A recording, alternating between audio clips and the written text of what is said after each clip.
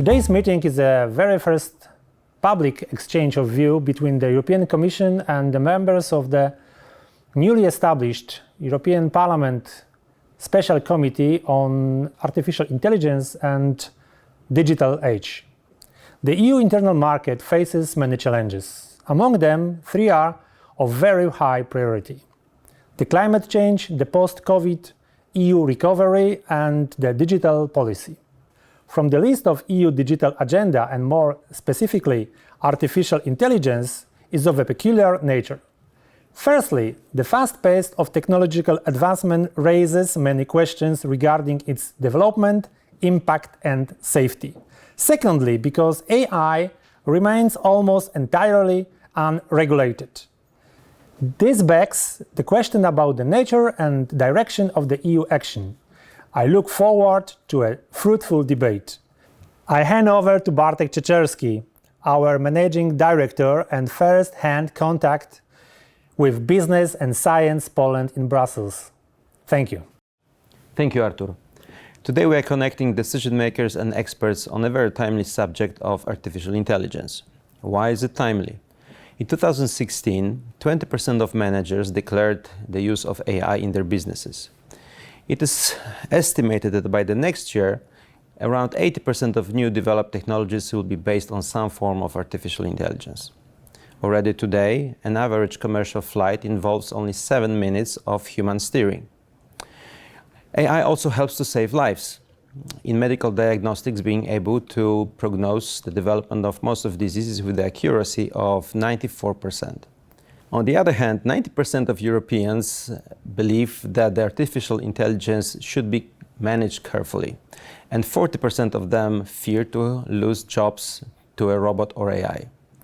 We might not yet destroying newly devised technologies like the Luddites did in the 19th century with the textiles machine, but clearly this sentiment recalls the one from the early Industrial Revolution. My third point is about money. The EU is spending around half of the Chinese and 60% of the American investments in the AI field. The rules can boost the public trust, but you have to be careful not to deepen those disproportions in financing. As we see, there are many possibilities, but also challenges related to the subject matter of today's discussion. Therefore, without further ado, I would like to pass over to Dave Keating, our moderator, who will present the panelists and kick off the debate. Thank you very much. So let me introduce our panelists now. We'll start with the people who are live here with us in the room. From the European Commission, we have Anthony Whelan. He's a cabinet member in the private office of Commission President Ursula von der Leyen. And within that team, he's the contact point person with Margaret Vestager, the executive vice president for digital issues. Then from the European Parliament, on our panel, we have 3 members of the newly established Special Committee on Artificial Intelligence. All the way down there on the right, we have Romanian Liberal MEP Dragoș Tudorache. He's a member of the Civil Liberties Committee. Next time, we have Polish Conservative MEP Adam Bilan, member of the Internal Market and Consumer Protection Committee. Then, joining us live via video link, we have Hungarian center-right MEP Edina Toth, member of the Environment Committee. And from the world of academia, we have Alexandra Galinska, associate researcher at the American Institute for Economic Research. She is also a consultant for Poland's Ministry of Digitalization. She's been working on consultations about the Commission's white paper. So thank you all to our panelists, near and far, for joining us today. I should underline that we don't really have an agenda to regulate AI. Our principal objective is to make sure that the law of the land, be it on discrimination, on safety, on protection of workers, whatever it is, that it is not somehow disapplied to this new technology because it has a certain number of features. It is more opaque, it is hard to predict outcomes or hard to explain them afterwards. So the main objective is to put in place a system that gives people the assurance that their rights, already established in plenty of European and national laws, are as well protected in an AI context as they are in an offline or or other contexts. I'm very grateful to Business and Science Poland for organizing this conference on the occasion of the launch of ADA committee.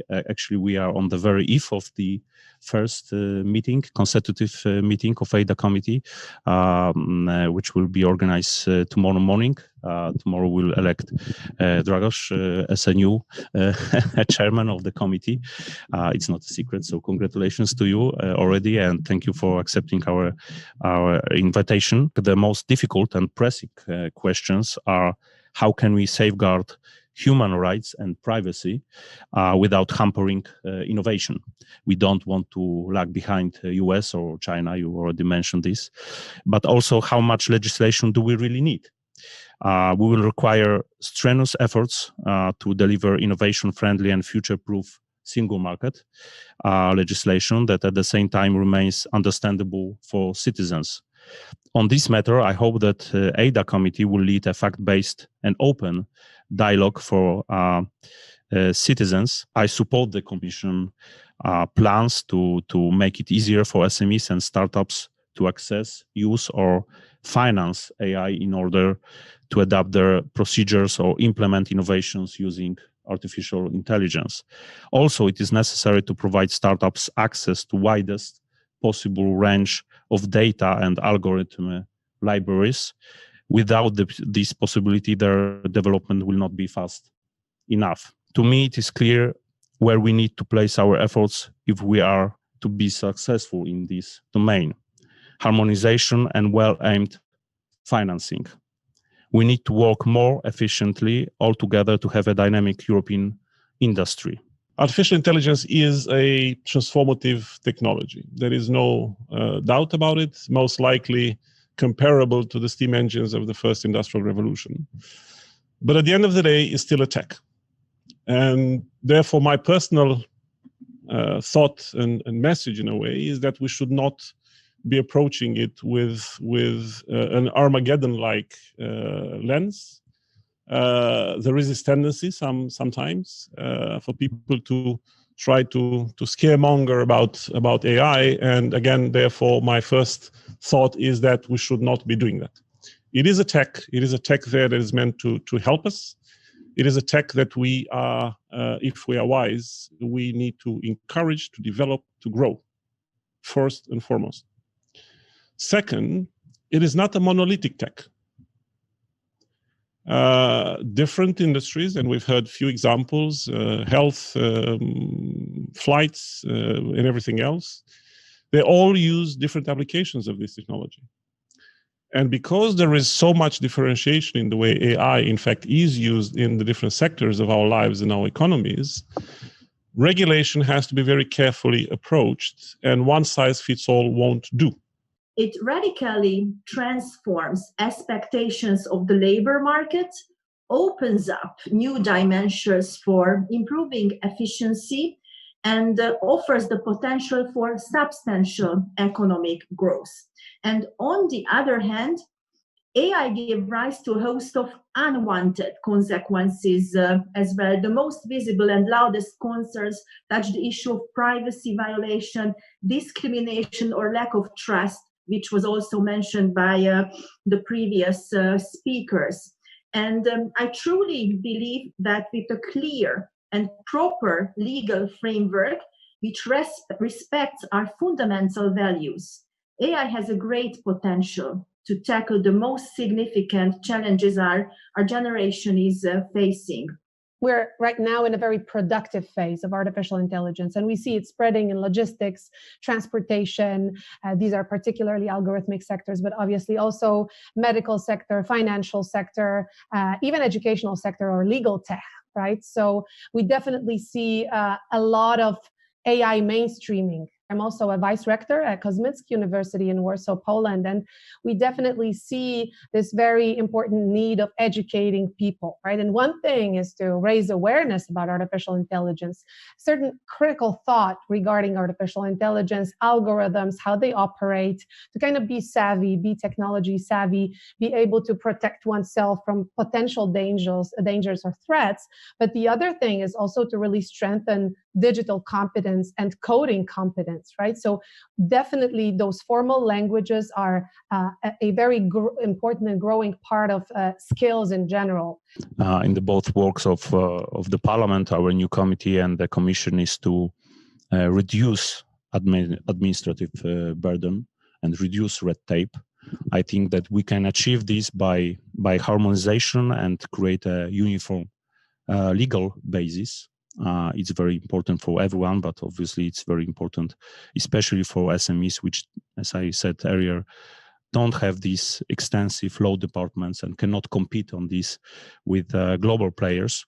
There is no solution globally to explainability, but there are several attempts. And I think the EU should play a role here, right? And perhaps, helping to kind of make sure that such initiatives, such research work is happening also in Europe, and that Europe is contributing to this very important aspect of AI that is also very much linked to the European values, I think, because we want to know how these networks operate eventually, even though we don't yet or not fully. And also that's obviously very much linked to perhaps another thing I would mention, and that's, using data. I think data usage, data reuse should be something that is really available to the SMEs in Europe. And that's a major point, right? Because if we do want to use artificial intelligence more intensively, we also need more volumes of data that are accessible also not only to the technological giants, but also to an SMEs. Every industrial revolution brought this fear of losing jobs. And I think every industrial revolution has so far proven that, in fact, jobs are transforming. And the jobs of today are certainly not going to be the jobs of tomorrow. And most likely, and this is a common gag, our kids today have no idea what the titles of their jobs look like, sound like, when they'll actually get to that stage. So I'm not worried, and my message to the people that have this concern is that I would not be worried about jobs disappearing. Certain jobs will disappear, certain typology of jobs will disappear, will be rendered useless, irrelevant. I think the pandemic really showed how much we are dependent on AI and which should be further developed. And as I'm a member in the Environment Committee, I truly believe that AI has a key role in tackling the big challenge of our day, which is the climate change, because it can effectively contribute how we can reduce greenhouse gas emissions, and it can also help us to promote and create implementing measures concerning the adaptations of the effects of climate change. The other topic, what you mentioned, is health. I think there's a huge potential in e-health. And in this, the role of AI will be also inevitable.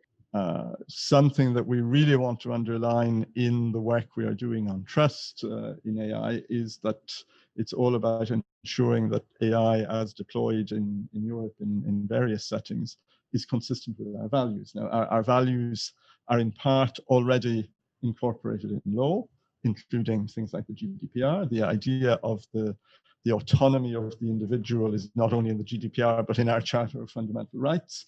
And we, I think, would be adamant that we cannot have a sort of all-devouring data gathering system that then allows any particular AI application to look at our whole existence in order to dictate outcomes in sensitive areas, mortgage, health insurance, whatever it may be. It's not an accident that on the day we published the white paper on AI, we also published our data strategy, because we see the two going really hand in hand. Alexandra's already underlined that. It may be that the policy on creating data spaces and a data market in Europe gets a little bit less of the spotlight than some of the more sort of socially sensitive issues that can arise in AI, but the two go together.